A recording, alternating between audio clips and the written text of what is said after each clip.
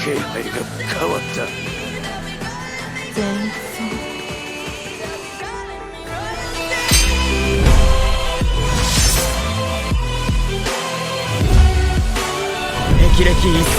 तो hello guys, कैसे सभी लोग, स्वागत है चार एक्सप्लेन में। तो चलिए हमारी इस कहानी का 12वां चैप्टर स्टार्ट करते हैं और देखते हैं कि क्या होता है।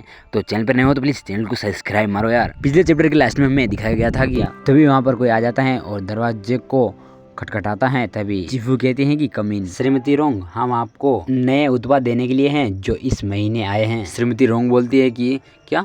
फिर जीफू कहती हैं कि अगर ये आपको पसंद नहीं है तो ये वापस भी किए जा सकते हैं। तो यहाँ से आगे हम कहानी को कंटिन्यू करते हैं और फिर जीपू कहती हैं कि क्या चल रहा है? आभूषण की बिक्री वह बहुत ही महंगे हैं, मुझे क्षमा करें, इस समय इन गहनों की आवश्यकता नहीं है। मुझे इन्हें वापस लाने के लिए आपको परेशान करना पड़ सकता है। रोंग टेडियो कि रोंग रुइकिंग ने इन गहनों को खरीदा है और उन्होंने कहा है कि अगर आप उन्हें पसंद नहीं करते हैं तो वह इसे वापस कर देंगे। जीफू कहती है कि क्या? और फिर वह नौकरानी कहती है कि श्री रोंग ने कहा है कि हमारे स्टोर में नए उत्पाद जल्द से जल्द डिलीवर किए जाएंगे ताकि आप सबसे पहले उनका चुनाव कर सकें। और फिर जीफू कहती है कि क्या वह पागल है? और फिर जीफू सोचती है कि वह मुझे पैसा क्यों नहीं देता, मुझे पैसा पसंद है। तो अगले सीन में हमें बहुत ही अच्छी बालियाँ दिखाई जाती हैं और वह कहता है कि उसकी सुंदरता मुझसे थोड़ी अलग हो सकती हैं, लेकिन बालियाँ खराब नहीं हो सकती हैं। मैं उन्हें रख लूंगा, कृपया बाकी को अपने साथ ले जाएं। तभी उसका नौकर कहता है कि ठीक है श्रीमती रोंग।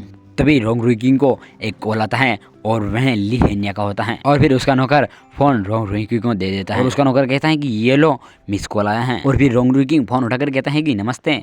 तभी जीफू उन्हें कहती है कि आप क्या सोच रहे थे, आपको इतने सारे गहने किसने दिलवाए? और फिर रोंग रुइकिंग कहता है कि मैं नहीं चाहता कि जो आपके पास नहीं हो वह दूसरे के पास हो, और मैं यह भी नहीं चाहता कि आपको वह पसंद आए और आपको वह नहीं मिले। और फिर जीफू कहती है कि आप वास्तव में अपना दिमाग खो चुके हो, अलविदा। और वह रुको रुको कहता है, तब तक फोन को और जीफू काट देती हैं और उसका नौकर खांसने लग जाता है। और फिर रोंग रुइकिंग कहता है कि अजीब बात है। और उसका नौकर कहता है कि नहीं, ये मजेदार नहीं है, लेकिन मुझे लगता है कि आप अच्छे मूड में हो। और रोंग रुइकिंग कहता है कि क्या मैं? फिर हमें अगला सीन रात के समय का दिखाया जाता है जहाँ पर वह खाना खा रहे होते हैं और फिर जीफू किचन के अंदर जाती हैं और वह कहती हैं कि तो आखिर डिश बन चुकी है आंटी कुई, मैं इसे बाहर लेके जाऊं? और आंटी कुई कहती है कि ठीक है। और फिर सारे खाना खाने के लिए टेबल के ऊपर बैठ जाते हैं। तभी वहाँ पर आंटी कुई आती हैं और कहती हैं कि ओल्ड मास्टर मैडम, आज यंग मास्टर का अच्छा भाग्य है, आज रात सभी पकवान युवा मालकिन के द्वारा बनाए गए हैं। और फिर रोंग रुइकिंग कहता है कि आंटी कुई इसे तब तक पकाती हैं जब आप इसे सही परोसते हैं। और फिर जीफू कहती है कि नहीं, यह मैंने बनाया है, अगर मैं झूठ बोलूं तो मैं कुत्ता हूँ।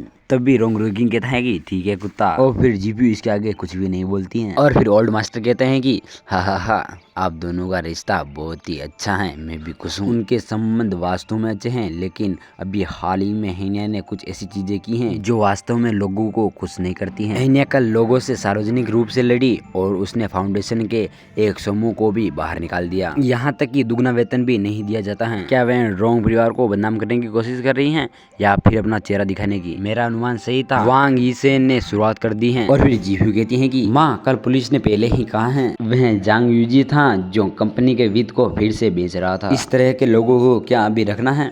और फिर उसकी माँ जी कहती हैं कि तुम दिया मत करो। और फिर रोंग रुइकिंग उसको चिमटी काटता है। तभी जीफू कहती हैं कि मानना। और फिर जीफू कहती हैं कि मुझे पता है कि माँ के काम करने वालों पर फायरिंग करना गलत है, लेकिन वहाँ बहुत से लोग देख रहे थे तो मैं क्या कर सकती हूँ? और भी रोंग रुइकिंग इसके बारे में कुछ भी नहीं बोलता है। जीफू कहते हैं कि मैंने माँ से माफ़ी मांगने के लिए योजना बनाई, इसलिए मैंने ये खाना बनाया। आप ऐसे नहीं थे जब आप दबे होने के बजाय दूसरों पर फायर करते थे, अब आप किस पर कार्रवाई कर रहे हैं? फिर ओल्ड मास्टर कहता है कि पहले अच्छा भोजन और अब अव्यवस्था। और फिर उसकी माँ ओल्ड मास्टर से कहती है कि तुम मुझसे गुस्सा हो, अगर मैं ऐसा नहीं कह सकता कि उसने कोई गलती की है तो वैसे में वह इस घर की मालकिन हो सकती है, आपका बेटा भी उसे माँ कह सकता है। जीपू कहते हैं कि शुभ, ये मेरा मतलब नहीं था। और वह अपने दोनों हाथों से अपने मुंह को ढक लेती है। वह आदमी क्या देख रहा है, इतने महत्वपूर्ण क्षण में भी वह मेरी मदद नहीं कर रहा है। और जीपू कहते हैं कि पिता, माँ को दोष न दे, वह मेरी गलती है। और वह कहती है कि मैं क्षमा प्राप्ति हूँ, मुझे क्षमा करें। और फिर जीपू वहाँ से उड़कर भाग जाती है और बोलती है कि अंधकार। और रोंग रुइकिंग कहता है कि मैं खा रहा हूँ। और फिर ओल्ड मास्टर कहता है कि देखो आपने क्या किया है, आपने इतनी अराजकता पैदा की कि वह उठकर चली गई हैं, अब आप खुश हैं? अगली बार कोई भी फाउंडेशन सामग्री हो उसे हेन्या पर छोड़ दें, आपको पूछने की जरूरत नहीं है। और फिर माँ जी कहती हैं कि क्या? तभी जीफू कमरे में कोई जाता है, वह कहता है कि क्या आपने अभिनय किया है? जीफू कहती है कि हाँ, यह कैसा था, क्या यह दिलचस्प था? अब भले ही आपकी सौतेली माँ रोंग रुइकिंग के पक्ष में मदद करती हैं, प्रभाव पहले जैसा अच्छा नहीं होगा।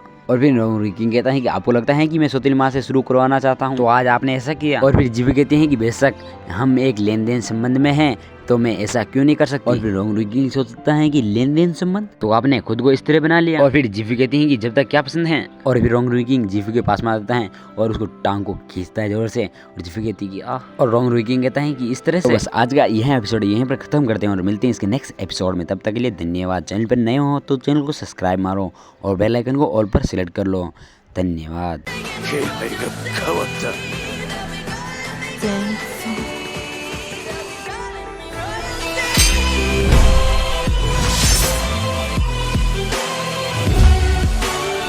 霹靂一閃。